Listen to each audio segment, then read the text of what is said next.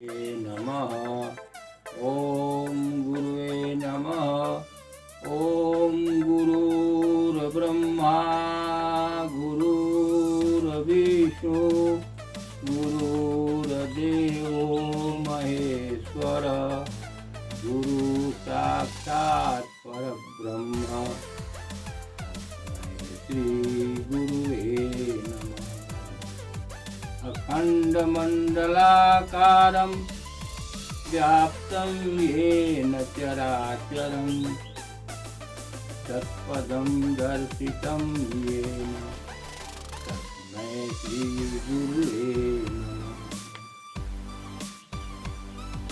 अज्ञानतिमिरान्धस्य ज्ञानाञ्जनशलाकया चक्षुरुन्मीलितं येन तस्मै श्रीगुरुवे नमः।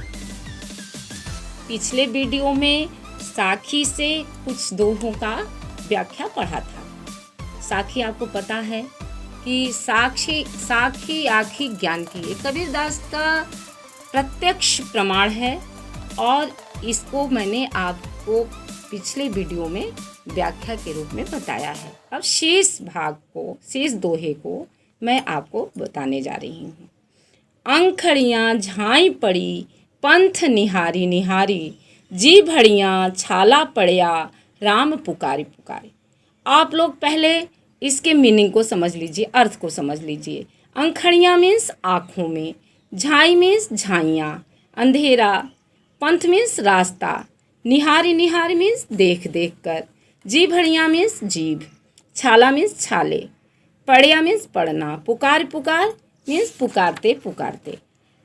प्रस्तुत दोहे में बिरहड़ी आत्मा परमात्मा से मिलने के लिए व्याकुल है और उस अपने परमात्मा को देखने के लिए, उसका दर्शन करने के लिए उसके अंदर इतनी व्याकुलता है कि वह उनके आने के रास्ते को देख रही है, लगातार देखिए चली जा रही है।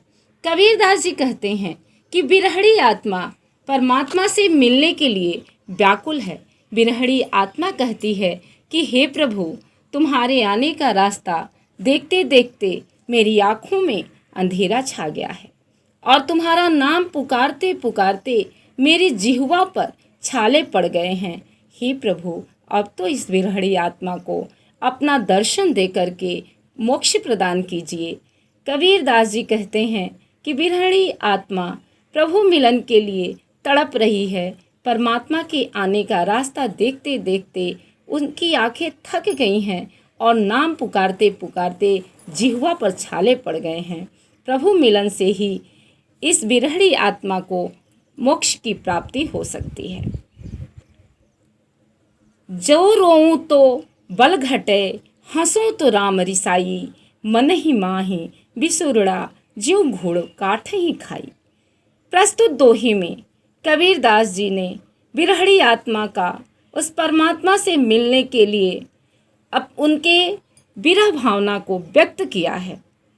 कबीरदास जी कहते हैं कि बिरहड़ी आत्मा उस परमात्मा को मिलने के लिए रोती है तो इससे शरीर का बल घटता है और यदि हंसती है तो उसके आराध्य राम रूठ जाते हैं। इसलिए कबीरदास जी कहते हैं कि यदि मेरा हृदय दुख एवं चिंता में ही रहे तो उचित है, ताकि यह दुख चिंता मुझे अंदर ही अंदर घून की तरह खा जाए। जिस प्रकार लकड़ी को दीमक अंदर ही अंदर खोखला कर देता है, उसी प्रकार यह दुख भी मुझे अंदर ही अंदर खोखला कर देगा।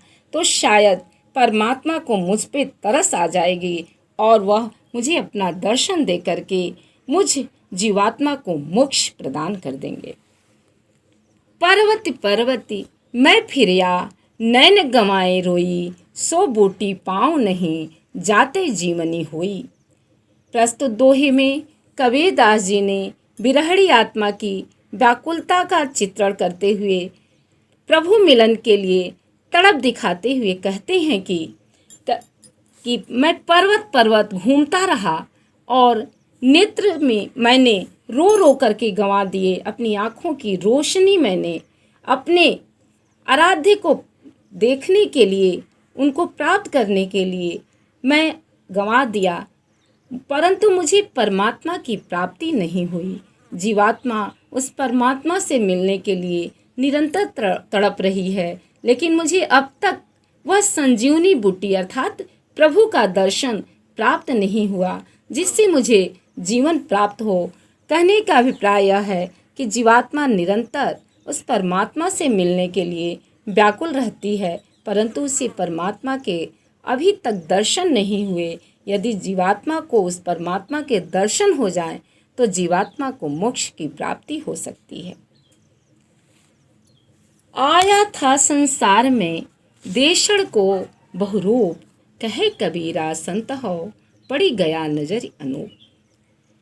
कबीरदास जी इस दोहे के माध्यम से प्रभु के दर्शन के अनुपम भाव को प्रस्तुत करते हुए कहते हैं कि मैं इस संसार की विषय वासनाओं में पड़कर इस संसार के विविध रूपों को देखने आया था। मैं इस संसार को ही अनश्वर समझ रहा था और इसी में अपने को लिप्त कर लिया था। कहने का अभिप्राय है, इस संसार की मोह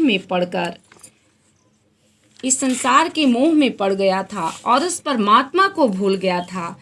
तभी मुझे मेरे सद्गुरु की प्राप्ति हुई और उस सद्गुरु की कृपा से मुझे उस अनुपम प्रभु के सौंदर्य का परम तत्व परमात्मा के दर्शन हुए।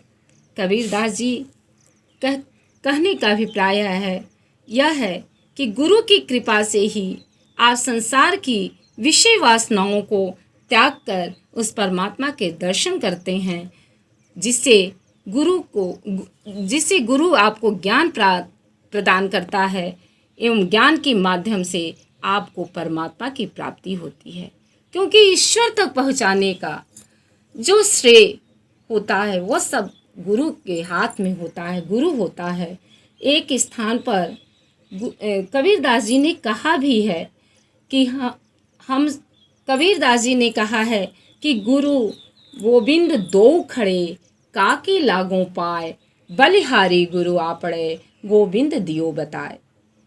क्योंकि गुरु ही एक ऐसा माध्यम होता है कि हमारे मन के सारे विकारों को मिटा करके वहाँ पर सद्बुद्धि ला करके भगवान के बारे में बताकर और जीवन के नश्वर होने का आभास करा करके परम तत्व में मिलने के लिए प्रेरित करता है।